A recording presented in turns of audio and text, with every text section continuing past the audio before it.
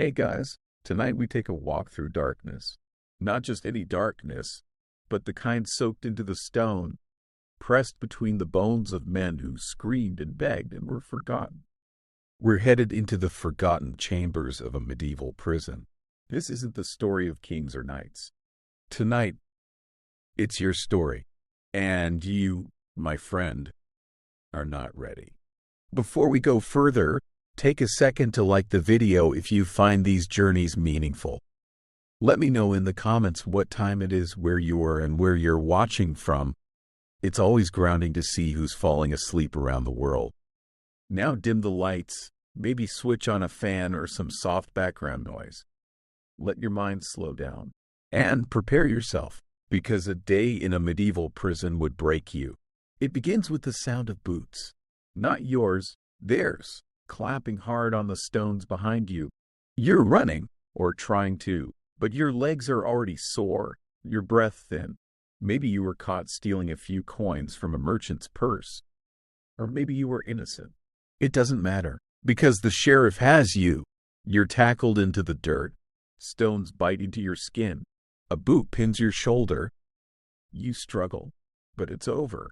They tie your wrists. Rough rope, scratchy, tight. You're lifted by your arms and dragged toward the holding tower. The townspeople don't cheer. They don't cheer either. Most of them don't look. They've seen it too many times before. The jail looms ahead, a square stone keep set apart from the castle's noble grandeur. This is the place for the discarded, the unclean, the broken. A barred gate opens with a deep groan, and you step inside. The first thing you notice is the air. It's not air. It's a weight, thick with piss, rot, mold, and something underneath it all. Fear. It clings to the back of your throat. You want to cough, but you hold it in. They might take that as defiance. You're led down stone steps slick with slime. No torch in hand. Only the dim flicker from the wall sconces guides your captors. Then comes the door. Thick oak, reinforced with iron, blackened with age and use. A small slit near the top, stained dark, for watching, or maybe for feeding. They open it. A gust of cold damp greets you. Inside, it's not a cell. It's a pit, and it's yours now. They push you in. No ceremony, no explanation. Just the slamming of the door behind you. Your eyes adjust slowly. The light is low. A gray-blue mist filtered through a slit in the wall no wider than your thumb. There's no glass, just open air and stone. The floor beneath you is straw, or was. Now it's a sodden mess of straw, filth, and crawling things you'd rather not name. You take a step and feel it squish between your toes. Your boots were taken. You're barefoot. You look down. Something moves in the straw. You sit in a corner, or what you think is one, and try not to breathe through your nose. You're not alone. In the opposite corner, someone shifts. You hear coughing, wet, ragged. A man, maybe, but it's hard to tell. The darkness strips faces of their meaning. He says nothing. Neither do you. No one comes that first day. Or night. Time has no shape in here. You wait. Your stomach growls. The cold creeps up your spine. Eventually, there's noise. A small door opens above, just a panel in the ceiling. A bucket drops down on a frayed rope. You stumble to it. Inside is water, if it can be called that. It's gray, warm. You drink anyway, then gag. But you drink more, because it's all there is. Later, a flat stone is slid under the door. On it, a lump of something brown, dense, and steaming. Bread, or gruel, or both. You eat it, slowly. Every bite tastes like ash and salt and something sour. But it fills the space in your belly. No spoon, no bowl, just your hands. Cracked, bleeding, dirt already nesting under your nails. Days pass, or maybe hours. You sleep in bursts. The straw scratches your skin raw. Lice crawl across your chest. Your clothes become stiff with grime. Your teeth ache. Your head swims. The man in the corner finally speaks. His voice is a croak. How long you in? You don't know what to say. You say nothing. He laughs. It's not humor, just breath. No one ever knows. He tells you his name. You forget it, or maybe he never gave one. He tells you about the guards, about their games. They beat the new ones to test them. How they make you clean out the waste pit with your bare hands. How sometimes they sell extra food to the richer prisoners, or sell you if the buyer is persuasive. You think he's lying, but then you hear it. Voices in the corridor, a shout, then a scream, someone being dragged, then nothing. Later, the guards come to your cell. They open the door. It's the first time you see their faces. Young, mostly, and shaven, dirty. Their eyes are hard. One of them carries a cudgel. Up, you rise, slowly, legs trembling. They drag you to the courtyard. A stone square open to the sky. The light is blinding. Your skin stings. They hand you a shovel. Dig. You ask what for. A boot to the ribs answers. You dig. Soil hard, packed with stones. Cold. Your hands blister. The wind bites. Next to you, another prisoner digs too. A woman, hair matted, face blank. You try to speak. She doesn't answer. You dig until your arms can't lift the shovel. They throw you back into your cell. The man in the corner is gone. You don't ask why, because you already know. And this is just the beginning. Time becomes a riddle in the dark. There are no bells in your cell. No roosters. No sunrise. Just breath and cold and the creak of wooden beams in the ceiling above. Maybe you've been down here a week.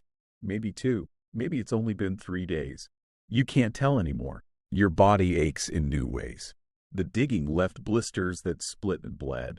The cold turned the wounds stiff. Now they fester. There's a sour smell to them. Sweet rot. You ask for help. No one listens. You try to stay quiet. There's no reward for noise here. The guards only come when they want something. When they do, you pray they don't want you. You see them trade with other prisoners. A crust of better bread. A bone with some meat still on it. In exchange, coins, favors, or information. Some pay in silence. Some pay in blood. You learn quickly. Fairness is not part of the system. There's a man in the next cell. You hear him talking all night. Not to anyone you can hear. Just muttering, sometimes crying. His voice fades with the days, until one morning, he's quiet. He doesn't speak again, and no one comes to check. Eventually, you are called again. A key turns. The door scrapes open. You flinch. You always flinch. This time, you're taken to the workroom. It's not really a room, just a covered section of the prison courtyard. No walls. Wind cuts through like a knife. You're handed a brush and a bucket. Your job is to scrub chains. Not polish, just scrub. Remove the rust. Make them usable again for the next prisoner, or maybe for you. The iron is slick with old blood. You ask for gloves. They laugh. Your hands crack. Your knuckles bleed. But you keep scrubbing. One man nearby is crushing grain with a wooden pestle. Another is turning a wheel to draw water from the well. Manual labor in a medieval prison isn't assigned. It's forced. If you collapse, someone else takes your place. If you resist, you're beaten. If you break something, you pay. Even if you have nothing, you're paid nothing. Once, a noble's son was imprisoned here. You never saw him, but you heard the stories. He had a bed, real food, a priest who visited every day. The guards called him Sir. He left after 2 weeks. His room was cleaned out. But he left a blanket, a real one. You heard 2 guards fight over it. One sold it to another prisoner. That prisoner traded it for clean water. Then it was gone. Down here, everything is currency. Food, fabric, fire, even hope. Later that day, you're back in your cell. You curl into yourself. Try not to breathe too loudly. Every muscle hurts. Your hands are swollen. One eye twitches uncontrollably. The woman from the digging yard is thrown into the cell next to yours. You can't see her, but you hear her breathing. Eventually, she speaks, asks your name, where you're from, what you did. You tell her. She laughs, bitter. She says she stole a chicken. A chicken. Her sentence? Indefinite. She has no family, no one to plead for her release, no coins to bribe the clerk. She's been here 6 months. You ask how she knows. She says she counted the rats. Every night, one by one, she tells you things. Not to scare you, so you'll know there's a man who runs the hall upstairs. Not a guard, a prisoner. He's been here for years. They let him handle small tasks, distributing water, collecting waste. In exchange, he gets food, better food. He has his favorites. You don't want to be one. There are gangs, she says. Not in every prison, but in the big ones. Men who stick together, who protect their own, who hurt outsiders. Sometimes the guards let them. Sometimes they ask them to. There's a hierarchy here, and you're at the bottom. New prisoners are the lowest, then the silent ones, then the sick, the violent. If they survive, rise quickly. You listen. You remember. You try not to feel. Your back itches constantly. You scratch and pull. Fleas, lice. You've never been so filthy in your life. You feel them crawling even when they're not. You tear at your shirt. The seams come apart. You wrap the cloth around your feet. The stones are freezing. You dream of bread, real bread, with crusts that flake, with warmth still inside, with butter. You wake up chewing your tongue. A guard finds it funny. Still got teeth, he says. That's rich. You don't laugh. That night, it rains. Not that you see it, but you feel it. Water leaks through the stone above. It drips onto your shoulder for hours. You move. It follows. The cell fills with damp. The straw turns black and soft. Mold creeps across the walls. Your skin splits open in tiny lines. Cold sores, infection. Your breath fogs the air. And still, they feed you. Bread that tastes of salt and rot. A bowl of something gray. Lentils? Maybe once. Sometimes it has bugs. You pick them out at first. Then you don't bother. The woman in the next cell stops talking. You call to her. No answer. You call again. Nothing. A week later, they carry her out. Covered in a sheet. One of the guards spits. Should have kept her mouth shut. And you realize something. It's not the beatings, not the hunger, or the cold, or even the filth. It's the silence, the knowing that you are invisible, that no one is coming, that nothing matters, not even your name. And still, they don't call this punishment. They call it holding, waiting, processing. But it's already begun to change you, and the worst hasn't come yet. A week later, or maybe a month, they move you. No explanation, no warning. You're woken with a kick to the ribs, told to stand. Your knees barely work. Your shoulders ache from curling against the cold. They lead you through a corridor you haven't seen before. It smells different here. Worse, the walls are slick with moss. The torchlight flickers against dark water stains. You're taken to the lower cells, the oubliette. It's a pit, not just a nickname, a real pit. A round chamber sunk beneath the earth, barely wide enough to lie down in. There's no door, just a hatch above. They lower you in by rope. If you're lucky, you're not lucky, they push you. You fall, land hard, your ankle twists. You bite your tongue. Above, the hatch slams shut. Darkness, real, perfect darkness. No flicker, no sliver of moonlight, not even the blue glow of a torch down the hall. Just thick, suffocating black. You reach out. Feel cold stone. Feel moisture. A pool of something. You don't know what time it is. What day? If it's day at all. You try to sleep. You do. Eventually. But the cold wakes you. The pain. The emptiness in your belly. You call out. Once. Twice. Then you stop. Because no one answers. And now your voice echoes in the black. Like someone mocking you from the walls. You don't know how long you're there. You dream of rats crawling across your chest, and then wake to find them real. One bites your ear. You slap it away. Another sniffs your toes. You scream into your arm. You weep. Eventually, the hatch opens. A rope drops down. You climb with trembling hands. It burns your palms. At the top, the light stabs your eyes. A guard looks at you.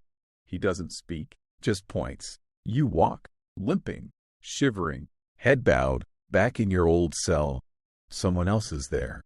A boy, maybe 12. He stares at you, doesn't speak. You see his lips moving silently. You sit in the corner, watch him. He watches you. That night, you hear him praying. Not Latin, just murmured words to whatever God might be listening.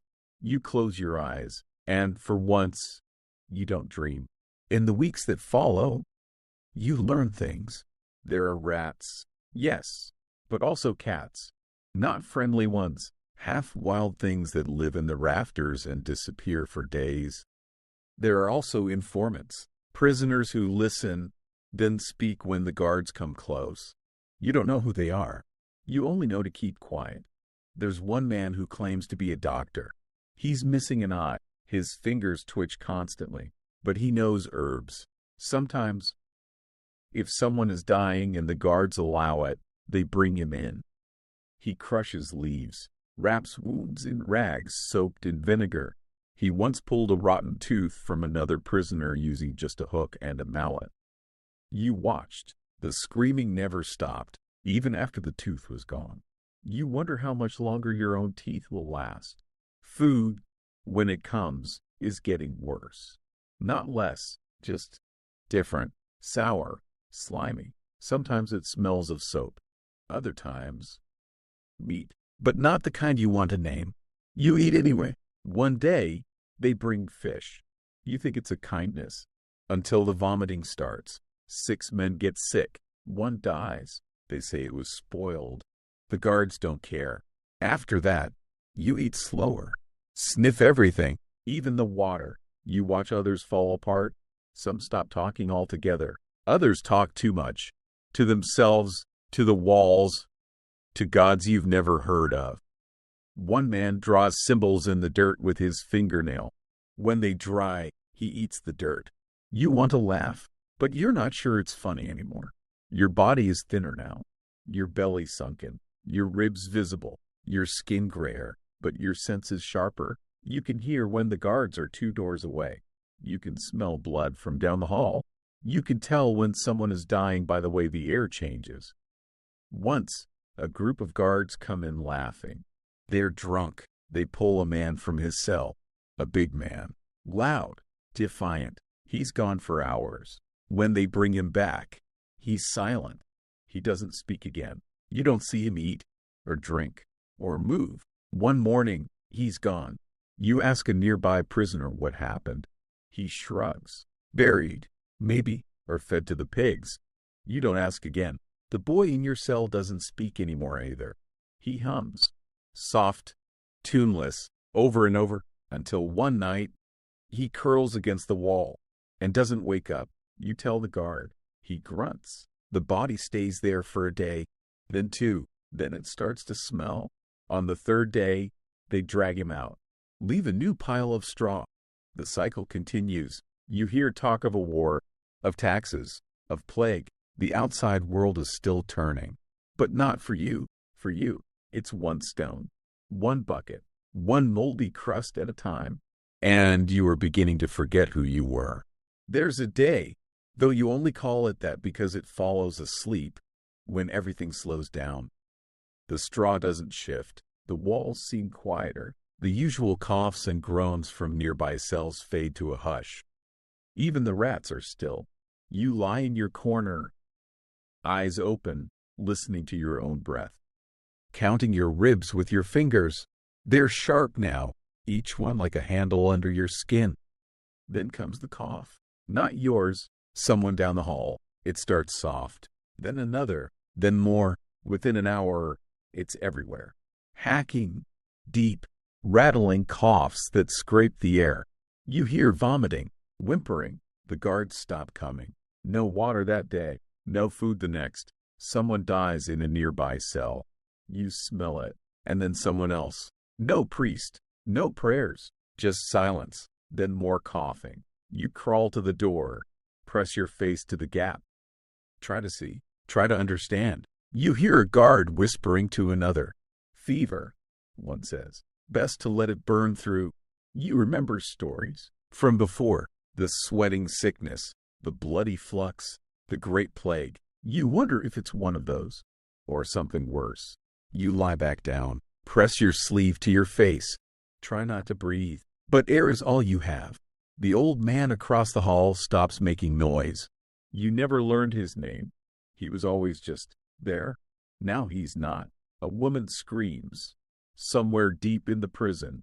It echoes for minutes, then silence. You dream of your moth, of warm bread, of sun on your face.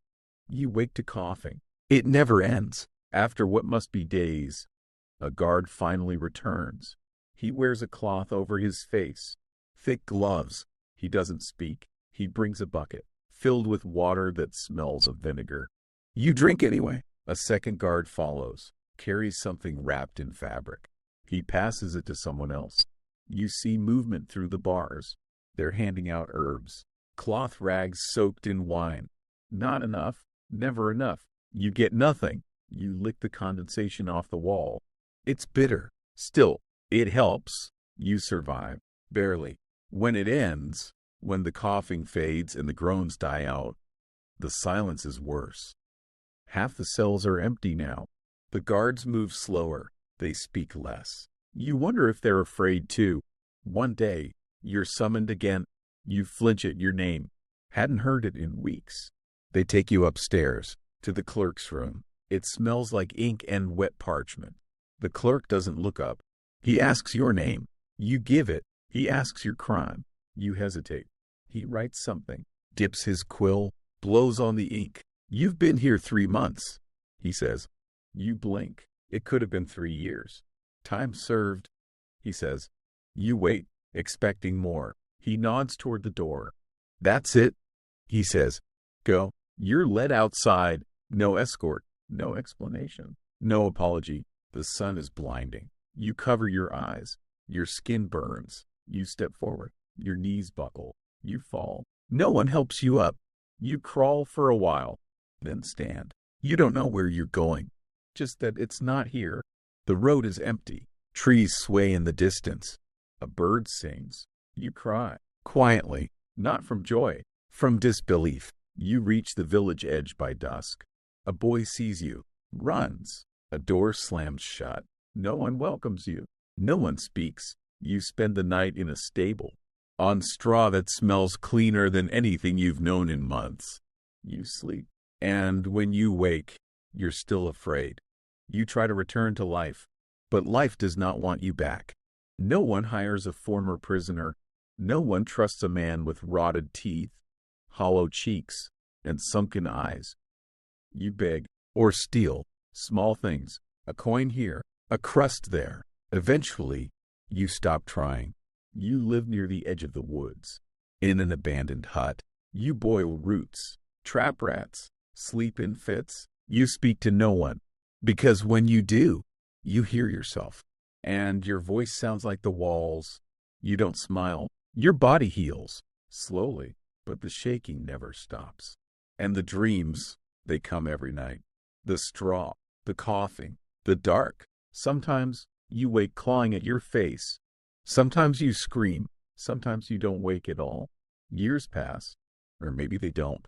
One day, you hear of another man, accused of theft. Young, like you were, you see him, wrists bound, walking behind the sheriff's horse. People stare. You turn away, but part of you remembers, and part of you envies him, because he doesn't know yet. He doesn't know what waits behind that door, what rots in that straw, what silence can do to a soul. You do. You lived it. You survived, but you didn't leave it behind, because no one ever truly leaves a medieval prison. Not completely. You sit by the fire one night, just embers really glowing inside a cracked stone ring, and catch yourself humming. Not a song, not a tune, just noise, a rhythm. It takes a moment before you realize what it is. It's the boy, the one in the cell, the humming he did every night, the one that stopped when he died. You stop. The silence that follows is colder than the air. You used to think you'd forget, That time would scrub it all away.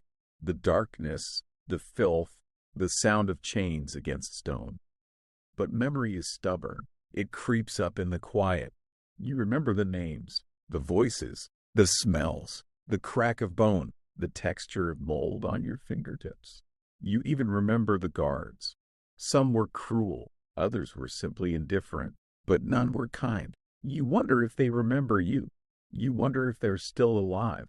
You wonder if any of them ever ended up inside the same cells. You doubt it. They knew how the system worked. Because the trut, it wasn't just brutality. It was corruption. You remember the man 2 cells over? His meals were always better. His straw always fresher. He had shoes. You never asked why until you saw the coin pass from his hand to a guard's. He paid for warmth, for space, for time outside. You couldn't, so you froze. There was a hierarchy in there, an unspoken order. At the top, those with money or power, nobles fallen from grace, clerics accused of heresy but not yet condemned.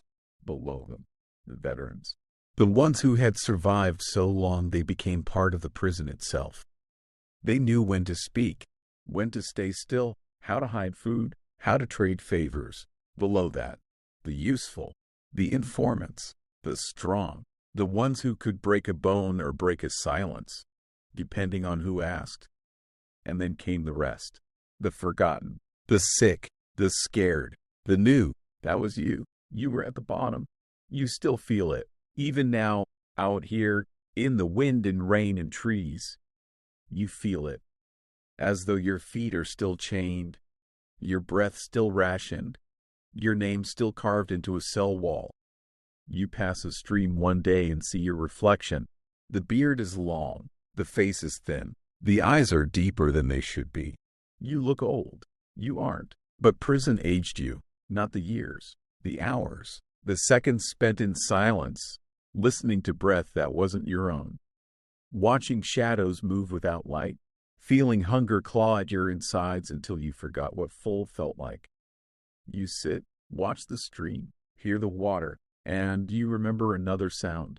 Screaming. Not pain, not rage, madness. There was a man once, near the end of your sentence. He'd been down there for so long no one remembered his crime. He spoke in circles, scratched the same shape into the stone every day.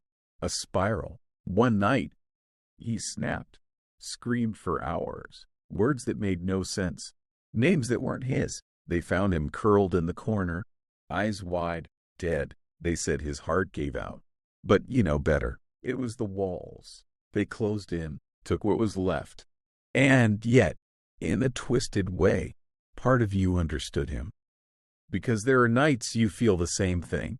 Not the madness, the spiral. You feel like you're still there, spinning in place, trapped in a memory that never fades. Sometimes you wake with your hands clenched, ready to fight or to beg. You're not sure which. You sleep on the floor now, even though you have a cot. The ground feels safer, familiar, real. You avoid crowds. You speak little. You flinch when someone touches you unexpectedly.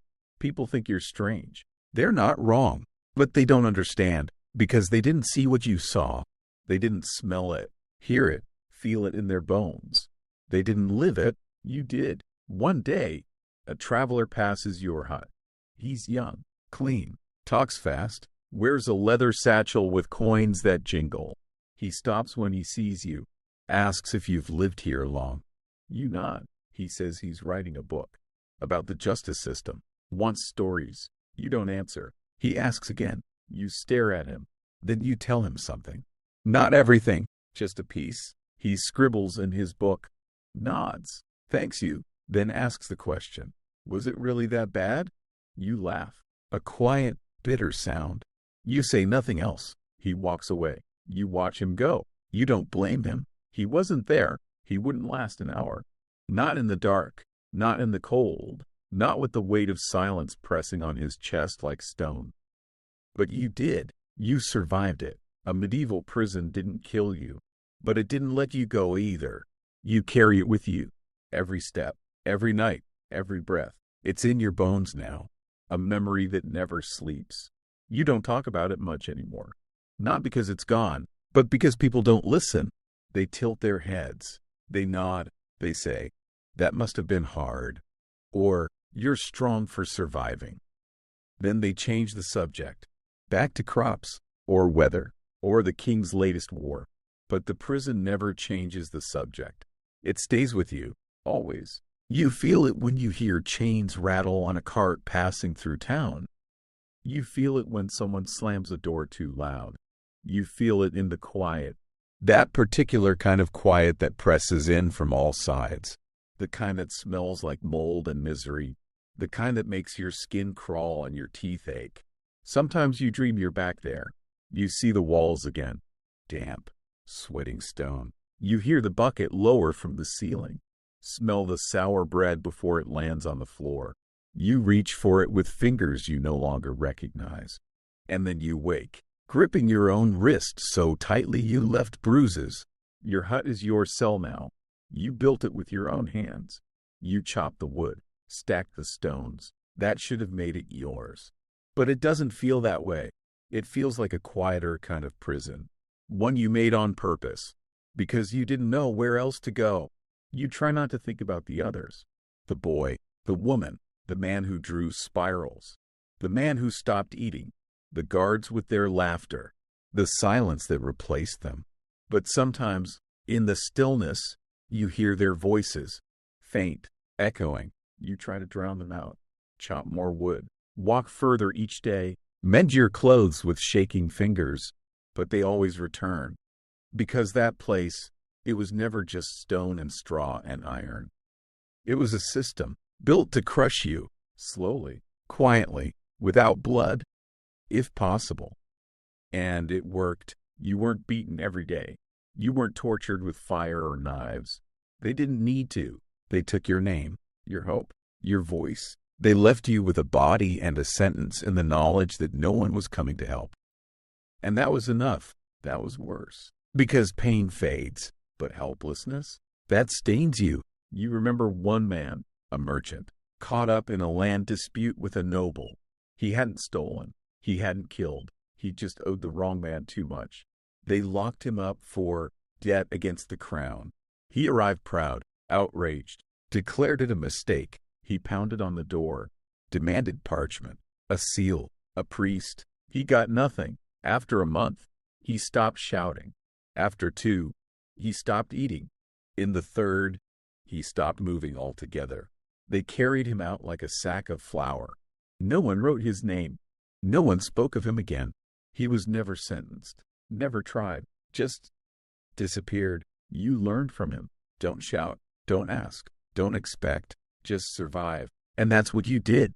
You outlasted the rats, the lice, the hunger, the darkness. You outlasted the silence. But you lost things in the process. Your trust, your voice, your sense of time. You remember once asking a guard what month it was. He laughed, said, "Does it matter?" And he was right. It didn't, because you weren't part of the world anymore. You were beneath it, forgotten, discarded, filed away in someone's ledger as present or alive or awaiting judgment. That was your identity, your whole existence, a tally mark. And now, out here, even with no walls around you, you still feel that mark on your skin. Invisible, but permanent. There's a boy in the village. He steals bread, just like you did. You see him from a distance, running through the stalls, clutching a loaf to his chest. His legs are fast, his eyes sharp. He vanishes down a side alley before the vendor can shout twice.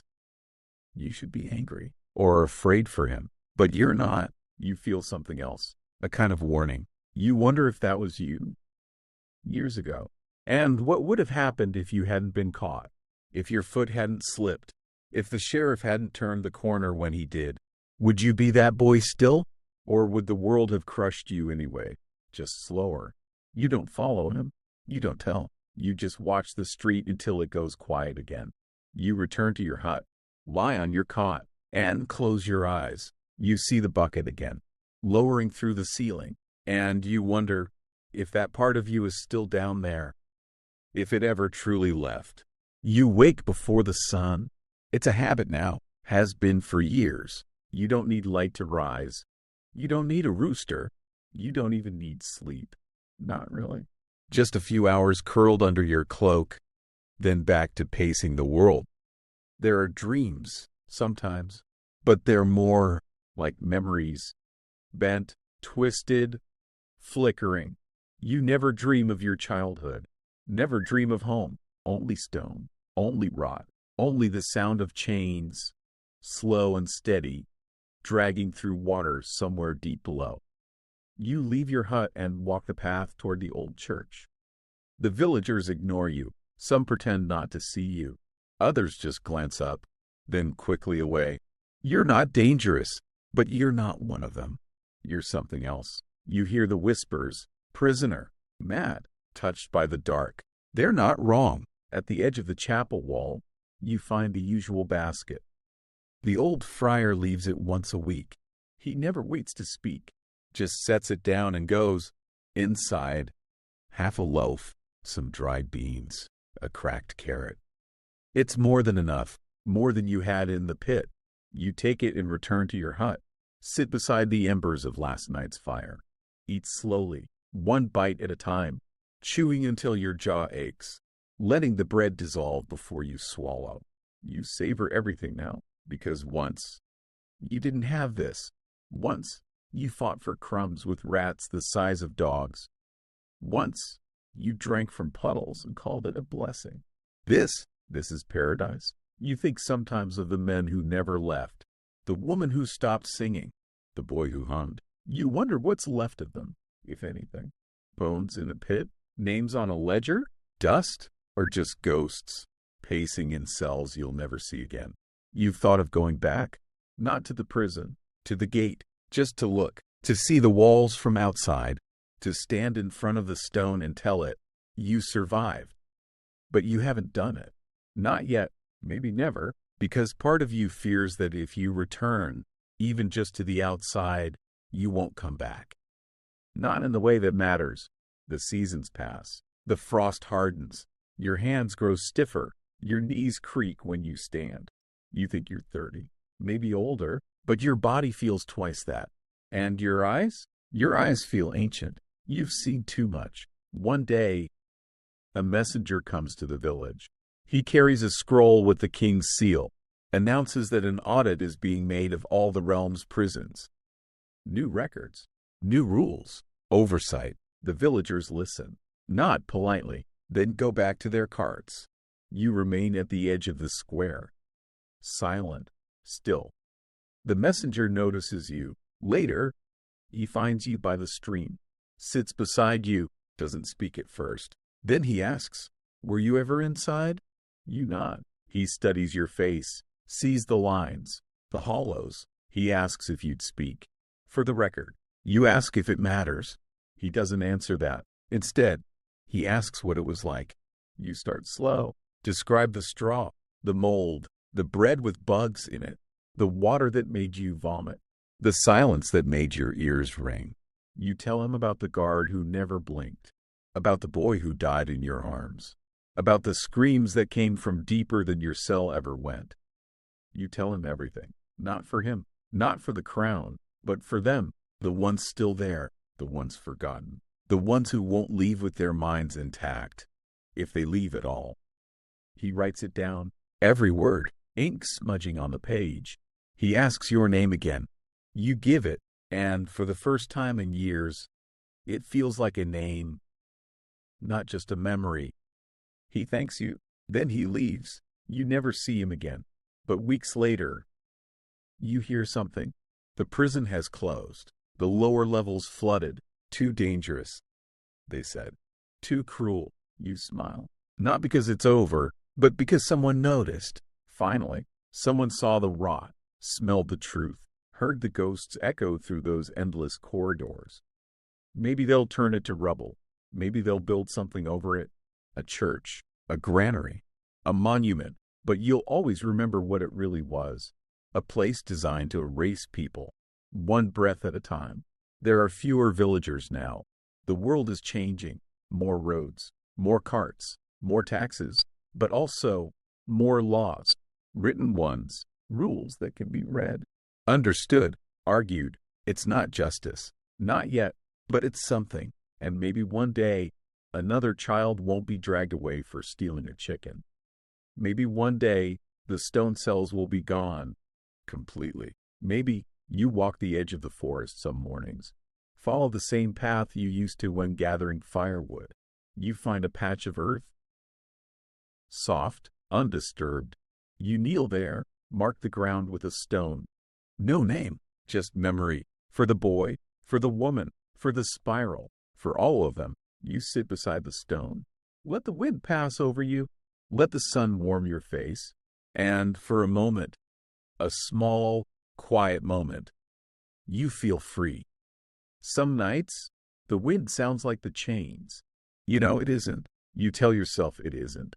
But still, you sit up in the dark, heart pounding, breath tight in your chest. You wait, listen. It fades. Just the wind, just leaves. But your body remembers. Even when your mind tries to forget, your bones still know. Your skin still tightens. Your ears still strain for footsteps that never come. And when you sleep again, the dreams return. Not always the same. Sometimes you're in a different cell, one you never knew or didn't survive. Sometimes you're back in the oubliette. No light, no rope, just water rising around your ankles. Then your knees. Sometimes the boy is there. Sometimes he speaks. You always wake before he finishes. The seasons shift again. The ground thaws. Wildflowers bloom at the edge of your hut. Children play near the stream now. Their laughter cuts through the morning fog like bells. You don't go near them. Not out of fear, out of memory. You don't want to see one of them vanish behind a cart and never return. Because that's what happened to you. And you never want to watch it happen again. So you keep your distance. You chop wood. You patch the roof. You mend your tunic with twine. And you survive. Not in defiance. Not in spite. But because that's all you know how to do. One day, a young man comes to your hut. He doesn't knock, just stands outside until you open the door. He wears a clean shirt, rough hands, a face full of questions. You ask him what he wants. He says he's the son of a prisoner. The woman, he thinks, the one who dug beside you, the one who stopped talking. You feel the breath leave your chest. You remember her face, her silence. The way she curled into herself. You remember the guards dragging her out, wrapped in a stained cloth. He says he found your name in a record, one of the last names scribbled in a ledger before the old prison was abandoned. He says he wanted to know what happened to her, what she was like, whether she mattered. You nod, invite him to sit. You boil water, add dried leaves, serve it in cracked wooden cups. Then you tell him everything. You describe her hands, calloused, strong, her voice, low but clear, her defiance, her endurance, her silence. You tell him she mattered. You tell him she helped you survive, and that the world should have protected her better. He listens. Every word. He doesn't cry, but his eyes say enough. When he leaves, he thanks you. You watch him go, and for the first time, you feel something new. Something fragile. Hope. In the months that follow, more people come. Not many, but enough. A girl with a journal, asking questions. An old friar, wanting to record your story for the Abbey archives. A tax official, surprised to find you alive. Each time, you speak. Not because you want attention. Not because it makes the pain smaller. But because the truth deserves to live outside of stone. Because someone needs to know what happened in that darkness. What it did to people, what it stole. And maybe, if enough people hear it, maybe it won't happen again. Maybe another prison will be built differently. Maybe it won't be a pit. Maybe it won't erase people. Maybe, you know how the world works. You don't expect miracles, but still, you tell them. Every name you remember, every corner of that place. Every moment that scraped your soul raw. And in doing so, you feel something change, not release. but reckoning, like you're stitching together the holes left behind, thread by thread, word by word. One morning, you visit the village, the first time in years. No cloak, no hood, just your face, lined, weathered, unafraid. People stare, some nod. One man, older now, steps aside and lets you pass. It isn't acceptance, not quite, but it's not rejection either.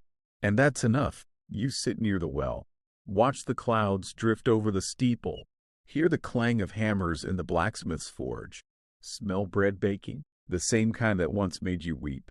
You smile, just a little, then you stand and walk home, your steps sure, your back straight, your shadow long in the late day sun, and for the first time in longer than you can remember, you do not feel chained. You do not feel forgotten. You feel whole, just for a moment. But a moment is enough. You begin keeping a journal. Just scraps of parchment at first, torn from discarded books or gifted by a passing friar. You sharpen a bit of charcoal, wrap the end in linen, scratch out words when your hand stops shaking long enough to hold steady. The entries are simple. You don't write poetry. You write truth. The walls dripped with water. They fed us moldy bread again. A boy died last night. Sometimes that's all you can manage. But the words help, not because they change anything, but because they exist now, outside your head, because what happened to you, and to all the others, is no longer invisible. You hide the pages beneath your bed, not out of fear, out of instinct, the same instinct that once made you chew bread slowly in case it was laced, the same one that made you wake at every sound for years. Some habits don't die, they just grow quiet, like the part of you that still sleeps on the floor, even though your cot is soft. Like the part of you that watches every stranger's hands before their face. Your body survived the prison. Your mind is still finding its way out. A man arrives in the village late one autumn, well-dressed, silver ring on his finger, the kind of man who carries permission in his voice.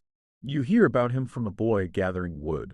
He says the man is from the city, sent by someone with scrolls and seals and intentions. You shrug. You've seen men like him before. But 2 days later, he finds you. He stands at the edge of your clearing. Doesn't approach until you nod. He introduces himself, slowly, respectfully. Calls you master, though you are nothing of the sort. He says he's working on a record, a registry of the kingdom's prisons, both past and present. He wants details, first-hand accounts, names, conditions, places, events. You ask him why. He says, because people forget. You believe him, so you tell him. You tell him about the chains, the straw, the beatings, the disease, the silence. You tell him about the oubliette, about the pit, about the shovel they gave you and the grave they made you dig, only to realize, later, it was for a prisoner who hadn't died yet. You tell him about the boy. He writes everything down, not rushed, not distracted, with care. When he leaves, he thanks you. He presses a coin into your hand. You give it back. You tell him the only payment you want is remembrance. He nods and bows and walks into the forest. You never see him again. But months later, a friar visits. He carries a book, bound in leather, plain but strong. Your name is inside, along with others. Some you remember, some you don't. All of them matter. You trace the letters with your finger, whisper thank you to no one, then you close the book and breathe. There's a new jail in the city, built from stone, yes, but with windows, with beds, with clean straw, with blankets in winter, with water that doesn't make you sick, with a doctor who visits. It's still a jail, still cold, still a place where lives can be put on pause. But it isn't the pit, and that matters. You helped make that happen.